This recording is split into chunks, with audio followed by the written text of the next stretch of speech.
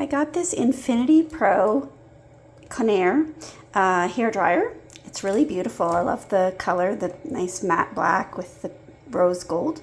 It's really nice. It comes with a diffuser and a concentrator as attachments. It also has a removable filter, so you can just twist this off the back and clean out your filter, which is a really great idea. And then it just goes back on. It comes with 2 speeds and 3 heat settings and a cold burst. This is low.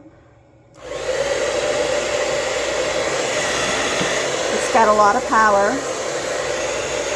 and this is high.